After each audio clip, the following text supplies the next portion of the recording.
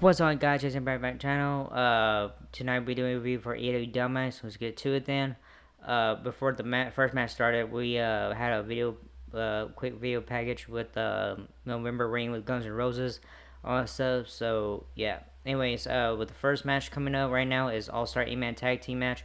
Will Ospreay, Powerhouse Hobbs, and Ricochet, Mark Davis versus Kinosuke Takeshita, Brian Cage, Kyle Fletcher, and Lance Archer. All right, theme for Ricochet hits, and now he comes.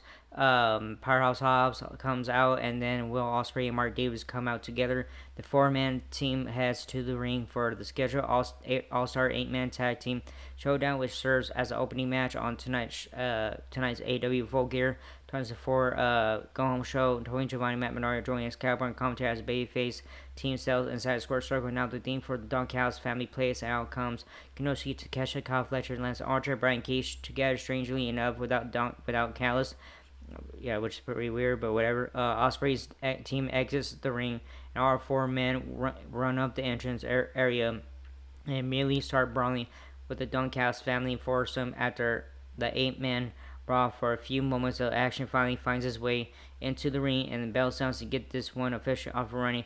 Only a few minutes into into the match, Hobbs' leg is seemingly injured. Hobbs sells the leg and ends up being taken to the back as the match continues with Ospreay's team now at 3 to 4 man disadvantage as a Murdoch monster. And as Archer chokeslams his opposition onto his teammates at ringside, the show heads into a mid-match commercial break. Alright. Alright, when the show returns, we see Takeshita and Ricochet mixing it up as a legal man in the ring with Takeshita in the offensive driver's seat. Ricochet starts to show signs of life as he fires up on offense and brings the crowd to their feet in the process. Ricochet makes the much needed tag to the fresh Ospreay. The aerial assassin hits the ring, as does Fletcher, fresh off of a tag from Takeshita, and we get a brief preview of what to expect between former friends turn bitter enemies when Ospreay versus Fletcher goes down this Saturday in a one-on-one action at AEW Full Gear 2024. Takeshita tags back in. Ospreay and Davis hit a double team spot on him, and Ospreay covers him for a 2 count. After Ospreay finds himself on the offensive, Fletcher happily tags back in and takes over. He stomps away at Ospreay while yelling at him, "You did this!" Hobbs hobbles back out and on his bad knee and gets tagged in. Hobbs starts taking out any and everything that moves as the crowd and reading once again comes to life. Cage and Archer team up on Hobbs, but Hobbs launches off the ropes and takes them both out with a double clothesline after blocking a double suplex from two of them. Alright, and I lost my count. Okay, never mind. Excuse me. After some more bang for action, Hobbs' bum knee is focused on again en route to heal the Dunkhouse family team, picking up the victory. Excellent opening action to set the tone and set the building for tonight's show. So winners are damn it, come on. So winners are Kinoshi Takeshita, Brian Cage, and Kyle Fletcher, and Lance Archer. Alright, backstage with the Death Riders, Darby Allin, and all that stuff. We shoot to John Moxley and the Death Riders, who are shown standing around in an empty stairwell. Mox talks about how there's more going on than people realize. He tells Orange Cassidy his fate is already sealed for this Saturday and tells Darby Allin his is too. Claudio Castagnoli talks in a foreign language to send a message to Darby. We then shoot to Darby in a different part of the building where he vows to take out the Death Riders one by one, starting with Castagnoli tonight. On that note, we shift gears into another commercial break. Alright, when the show returns, we see Renee Paquette standing outside in a big coat. She says she's waiting on the arrival of the Hurt Syndicate. A car pulls up as she mentions MVP, promising a special treat for tonight. Oh, come on. Alright, out pops the Hurt Syndicate, and MVP says the special treat is Bobby Lashley will be in action tonight ahead of his AEW pay-per-view debut against Swerve Strickland at AEW Full Gear 2024 this Saturday night. Out of nowhere, Swerve runs up on the Hurt Syndicate, decks Lashley with a chain around his hand, and walks off as MVP and Shelton Benjamin tend to Almighty. All right, we have a segment come up with Adam Cole inside the um, inside the arena. The familiar sounds of Adam Cole's theme hits in the house speakers inside the Santander arena and reading. Cole makes his way out and heads to the ring. He sells inside and gets on the mic and asks who's ready for story time with Adam Cole, baby. Cole brings up being bummed that he's not able to get his hands on MGF this weekend like he wanted. He says Roderick Strong will, however, and they have the same goal, hurting MJF as he continues talking. He is caught up by the theme of Kyle O'Reilly. O'Reilly comes to the ring and talks about his closeness with Cole. Alright. O'Reilly tells Cole because of their closeness, he feels he's the one who needs to tell him the truth. He tells Cole he needs to wash his hands on of the situation before somebody gets hurt. Cole asks if he doesn't think they can handle things. O'Reilly says Cole has friends who are willing to go to war for him, and he says MJF is steps ahead of him. He hasn't been here for weeks, and he's pulling strings and doing whatever he wants. He tells Cole he's not as evil as MJF is, and never will be. He says that's not a bad thing. He walks up as Cole looks lost in thought. Okay. Alright, Orange Cassidy backstage. Backstage, Orange Cassidy talks about how he's ready to handle business tonight with the Weird Yuta by himself. Up comes Mark Briscoe, Rocky Romero, and Tomohiro Ishii. Briscoe tells him the congregation has his back. He says Mark said it himself. There's five of them, but and only one of them. Cassie takes his sunglasses off and yells at Briscoe. He asking he and the rest of the congregation to please not get involved. He doesn't want anybody else getting hurt. He tells Mox it's back to five of them and only one of him. So do you do what you gonna do? Okay. Alright, next match coming up. Chris Statlander versus Hikaru Shida. Now it's time for our second match of the evening, which will be contested in the women's division. Outcomes Chris Statlander, who sells the side square circle and look all business. Hikaru Shida's theme hits and outcomes the former AEW Women's Champion. The bell sounds official overrun with this one. After some basic back and forth action in the early goings, Shida sells into the offensive lead. She hits a big knee to Statlander from the floor as she was draped over the ring apron. As the show heads to a mid-match commercial break, when we return from the break, we see Statlander fight her way into the first prolonged offensive run of the bout. She has a big Falcon arrow for a close 2 count.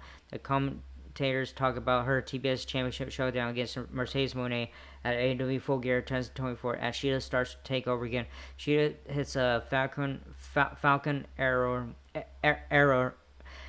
whatever, I'm sorry guys, of her own for a super close 2 count. Statlander starts to fight back into competitive form. After kicking out, she runs into a big boo from Shida, who follows up with a German suplex. Shida walks into a tombstone piledriver from Statlander. Seconds later, 1, 2, 3, Statlander wins. So winner is Chris. Okay, hold on. Probably not yet. The annoying theme music for Mercedes Moné hits. Oh yeah, it is an annoying song. Out she comes doing the dumb CEO stance / bounce as Camille walks out with her. Moné gets on the mic and boasts about how she's going to win this weekend. Fans chant, "Shut the fuck up!" at her. Monet gets angry and yells at Camille to go handle this. Camille hesitates but walks into the ring with her arm in a sling. She stands in front of Statlander and Sheeta goes to swing, but the two take her out and throw her to the floor. While this is happening, Monet tries attacking Statlander from behind with a backstabber. Statlander holds the ropes to avoid it and counters with a tombstone pile driver. She leaves the TBS champion lane and stands over her as the commentators again promote their title schedule for this Saturday night. So winner is Chris Statlander. Alright. Her syndicate backstage. MVP and Shelton Benjamin run up on a black coat, run on a black dude with dreads wearing a massive fur coat. They see it's in fact not Swerve, but MVP blasts him with a shot with his Kane anyways and asks where you get this code at. They leave him laying and continue off to Simi continue their search for him. On that note, the show has to admit another commercial break. Alright, next match coming up, Bobby Lashley versus Joe Keys and Cheeseburger. The show returns. Jay White and Heyman Page are shown with the new sound bites and a video package promoting their grudge match scheduled for AEW Full Gear 2024 this coming Saturday night. Back inside the arena, theme for Bobby Lashley hits and out comes the Hurt Syndicate leader for his official AEW in-ring debut. MVP and Shelton Benjamin come out with suits and shades on, accompanying the Almighty as he looks ready for the action. Already in the ring are Lashley's scheduled opponents, the team of Joe Keys and Cheeseburger. You read that right, not typo. The fans pop for the announcement for of their names as well. They should. The bell sounds and Lashley immediately rushes over and yanks Cheeseburger into the ring. He knocks Keys on the floor and goes to work on the Burger Man in the corner. He hits them both with a move at the same time and then chucks Keys out to the floor. He turns and grills Cheeseburger as fans chant his name. He runs over Cheeseburger and taunts the reading crowd who loudly boo. Alright, Lashley hoists up Cheeseburger up and hits his finisher, but Keys breaks up the subsequent pin attempt. Keys actually gets in a couple of shots on Lashley, but Lashley nearly drags him through the ring with a sidewalk slam. Lashley stalks Keys in the corner and runs him over with a spear. He hoists him up and finishes him off with a hurt lock for the win. After the match, Swerve Strickland's theme hits and Lashley stares at the entrance tunnel awaiting his arrival. Instead, Swerve appears from under the ring and again attacks Lashley from behind when he wasn't expecting. He lays out again with his chain that he used earlier. He follows up with the house call and leaves Lashley laying. So winner is Bobby Lashley. Alright, next match coming out, Darby Allin versus Claudio Castagnoli. Renee Paquette is with AEW Women's Champion, the Glamour Mariah May, and Mina Shakira. May says her rise is mediocre, and she takes shit and makes it shine. They actually censored the word shit at this time. So stupid. It's TV-14. Who cares? Mina says she will give May a celebration she will never forget. The two shake their tits. The real reason for this segment being included on the show, obviously, and then wraps it up. Okay. Alright, inside the arena, Claudio Castagnoli makes his way to the ring for our next match of the evening. Darby Allin makes his way out next. The bell sounds and off we go. The two brawl in and out of the ring, and then Allin attempts a coffin drop only for Castagnoli to catch him and blast him into the crowd. Back in the ring, Claudio watches as Darby struggles to his feet. Claudio intercepts him for a delayed vertical suplex. When he executes after walking Allin up the ring steps, Claudio stands tall over Darby as the show heads to a mid-match break. When we return, we see more of the same as Claudio Castagnoli is in firm control of the action. On the floor, Castagnoli hits a giant swing that sends Allin into the steel ring steps with the authority. He launches Allin over the commentary decks. He clears up the desk and climbs up on the desk with Allin. Claudio military presses Allin and launches him from the commentary desk to the safety rails. He bounces off of that and lands on the timekeeper's table. Ouch. Yeah, then that's fucked up. Darby barely beats the count out, but does, only for Claudio to immediately run him over for the win seconds later. So winner is Claudio Castagnoli. Alright, MGF little segment when outside or whatever. I'm calling Marty Strong. Alright, backstage Renee Paquette with AEW Tag Team Champions. Prior party they gloat a bit and then approached by Big Boom AJ and Big Justice. The Costco guys tease a big announcement coming up next. We shoot to a pre-taped segment. A car is shown pulling up to a crummy area of a neighborhood. MJF sees some dude sitting around waiting on him. Go get him, MJF demands as the guy walks up. MJF sits on the hood of his car and addresses Roger Strong and Adam Cole. MJF talks about Strong's white trash upbringing. He says Cole loves Strong and that he works for him because he wants to hurt someone Cole loves right in front of him.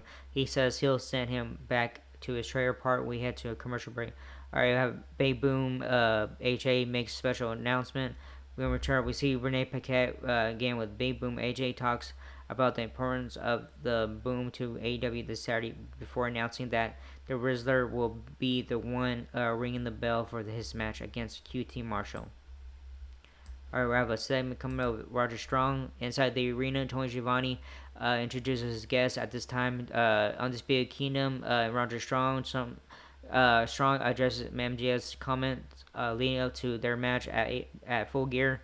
With Strong calling out MJF's privilege before saying he's earned everything he has. Strong wants Mox to look in the mirror and thinking about everything he's done and realize that at Full Gear he will pay for all those sins. He says he will learn the best night of sleep in his night, and that he will break MJF's back and leave him humble, shaky baby, whatever. Alright, we have exclusive footage of Matt Menard and Dan Garcia kidnapping Jack Perry.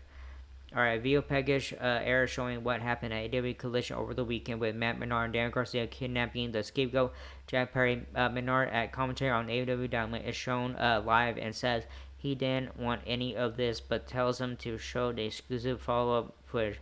On that note, we cut to Menard and Garcia confronting Perry off in some undisclosed location, where Garcia is confronted with what he's become thanks to the scapegoat. Perry starts talking about sacrifice before Garcia cuts him off, promising he will never go to the place Perry wants him to go.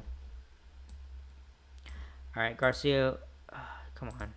Alright, Garcia has something else for the TNT champion, however, taking a crowbar to Perry's vehicle to send a message to Perry. Perry laughs and asks if that's it. Garcia tells Menard, let's go. Menard tells Perry he's got a horseshoe in his ass. Alright, contract signing for Chris Jericho versus Tomohiro Ishii ROH title match.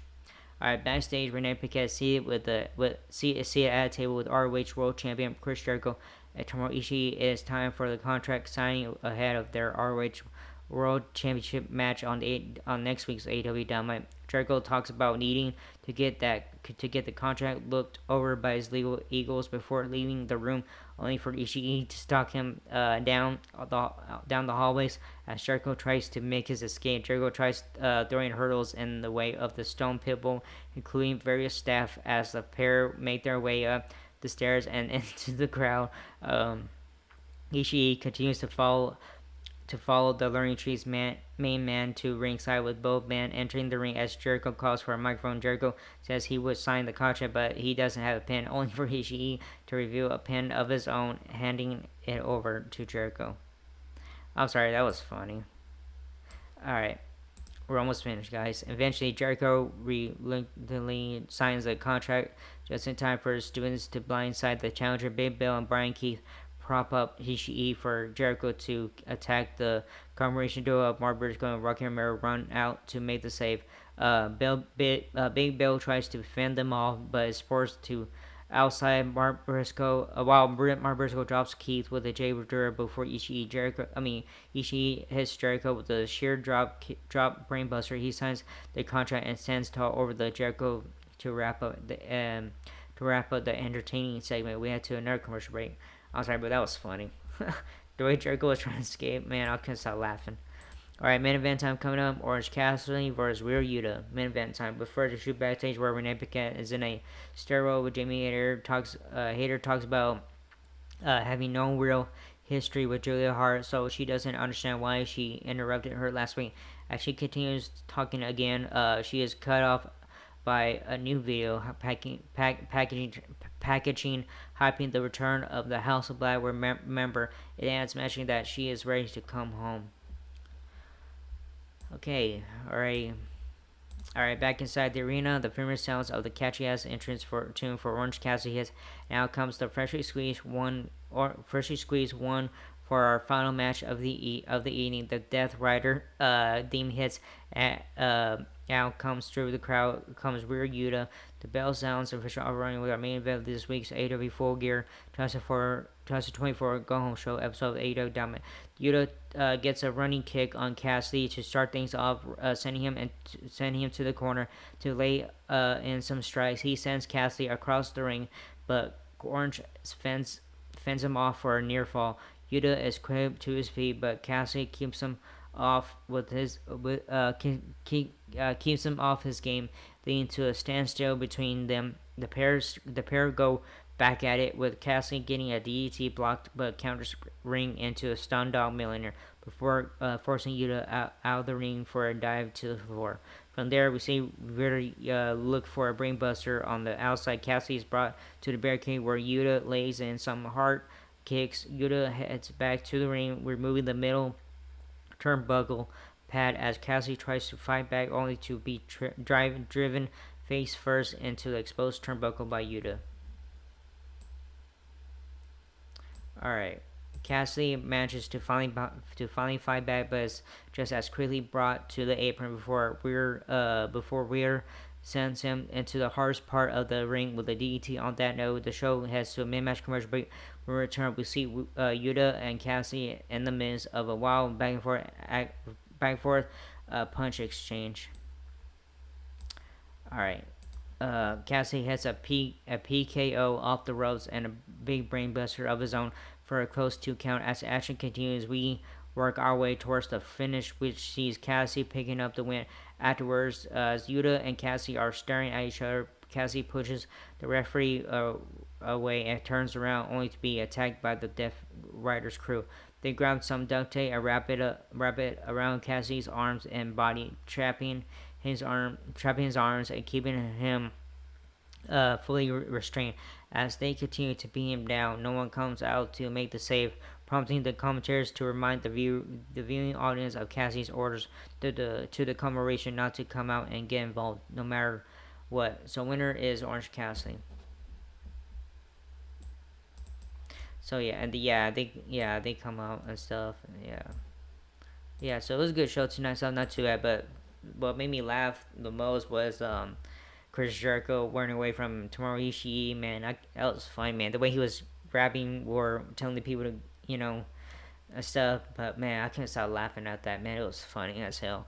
So anyways, that was it for this video. Hope you liking stuff, and yeah, it was a good show tonight. So not too bad, but some of it was okay and stuff. But yeah.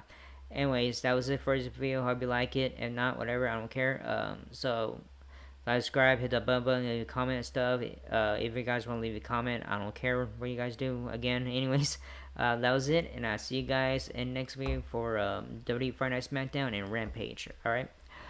Laters.